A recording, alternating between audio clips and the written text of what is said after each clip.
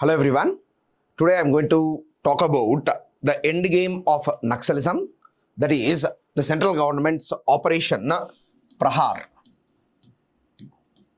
Operation Prahar. Okay, so the term Prahar in Hindi language, in English it translates to Operation Assault. Assault means the end battle. Okay, in fact this is considered to be the end game of Naxalism. And Naxalism is definitely in the last phase of its decline, and the central government under Operation Prahar, it has clearly given a deadline of March of 2026 for the end of Naxalism. And over the past year, we have seen multiple operations being conducted by the central government, particularly under the battalions which are called as the Cobra battalions, that is combat forces for resolute action is the full form of Cobra. So combat forces for resolute action. So combat battalions for resolute action is the full form. And this Cobra battalions along with the Bastar battalion, along with the battalions of CRPF, state police, all these agencies together, they are in fact strategizing and taking forward the end game of Naxalism. And if you look at it, the statistics which are coming out from the Naxal affected areas also clearly proves that the Naxalism is on its last breath. If you observe, first and foremost, in the year 2004, when the Indian Prime Minister stated that Naxalism is the greatest threat to the internal security of India, at that point of time, nearly 231 districts were Naxal affected districts in India, and that is 1/3 of the total districts which were present in India at that point of time. So there was a significant problem with Naxalism, and they used to in fact dominate the entire stretch of eastern India, which they used to call as the Red Corridor.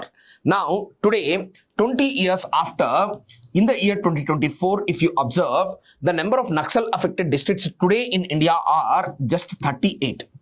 And 2024 as a year, if we observe, in total, the central government agencies have identified that nearly 220 Naxals have been neutralized, nearly more than 800 Naxal cadre have been forced to surrender, and along with 800 cadre who have been arrested, nearly 802 people, they voluntarily surrendered to the security forces. This shows that Naxalism is on the back foot. And this year in the 2024, in the month of January itself, if you observe, in the final game against Naxalism, nearly in the month of January, nearly 40 cadres of Naxalism have been eliminated. And these are not the ground level cadre. So in fact, of the 40 people who have been eliminated in the January month of 2025, if we observe, many top level Communist Central Command members or Central Committee members, they have been eliminated. And this is the highest decision-making body, which is a sub-community within the banned political party CPI Maoist. CPI Maoist, at the top level, it has an organization called Politburo, and at the head of the Politburo, we have an organization called Communist Central Command. And in this Communist Central Command, nearly 3 members have been eliminated, and this is a major strike for the Naxals. And majority of the top level leadership of the Naxal movement, particularly the intellectual leadership of Naxalism, majority of the people have come from the region of today's or earlier Andhra Pradesh or today's Andhra Pradesh and Telangana region, and majority of these top cadre are being killed away, and because of which reason the intellectual support base for Naxalism, it is getting weakened, and on ground too, the security forces are making in fact rapid advance, and the Indian government's strategy has been in fighting Naxalism. The first prong of the strategy is development, then the second one is operations against Naxals, and the third one is confidence building measures for the locals. And if we observe this, all these measures are primarily being implemented in the regions where the Naxal influence is still present, that is the regions which are present in the interstate border, particularly the border between Odisha, Andhra Pradesh, okay, and Odisha, Chhattisgarh and Jharkhand, there is a tri-junction region which is called as Dandakaranya. And in this Dandakaranya, we have districts like Bastar district is there, Abujma district is there. Okay, so all of these districts, the government is following this three-pronged strategy of development plus operations plus confidence building measures. And when it comes to the development projects, in fact, the central government has started a program which is called as Niyad Nelanar program. Okay, Niyad Nelanar program. So we should know this program name too.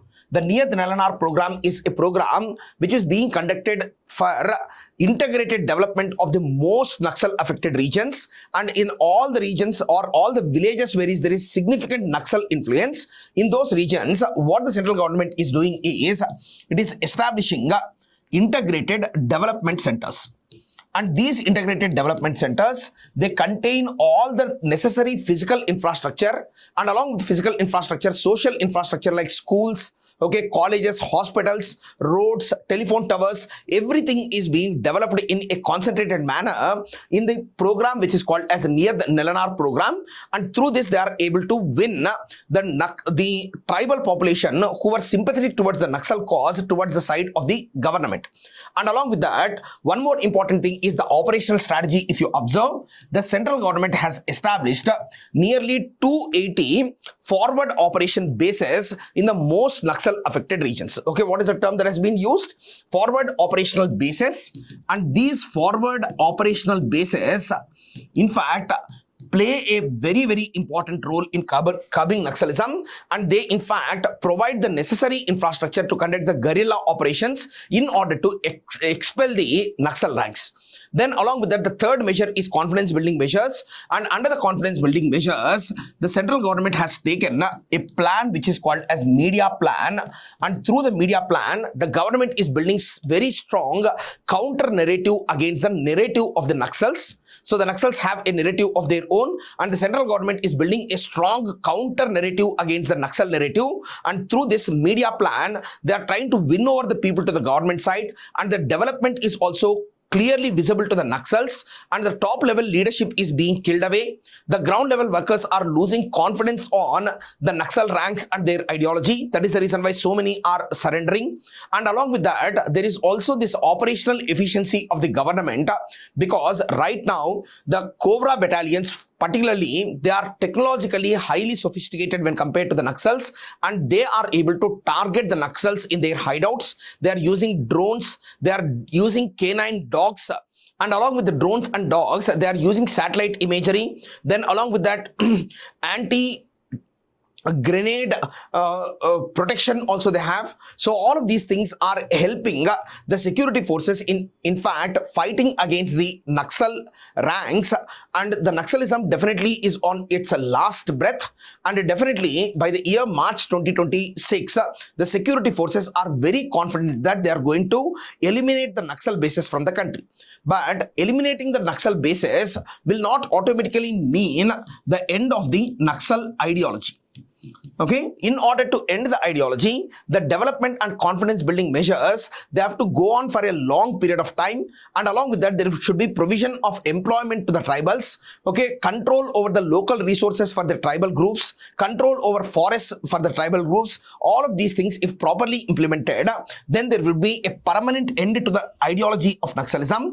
As has been already the case, the Naxal ideology is no more attractive in urban areas. Its attractiveness in rural areas also has decreased. Only in the tribal pockets, okay, the attraction is still present, and if the ideology of Naxalism is undermined in the tribal pockets too, then naturally what is going to happen is, in future, the problem of Naxalism is going to end.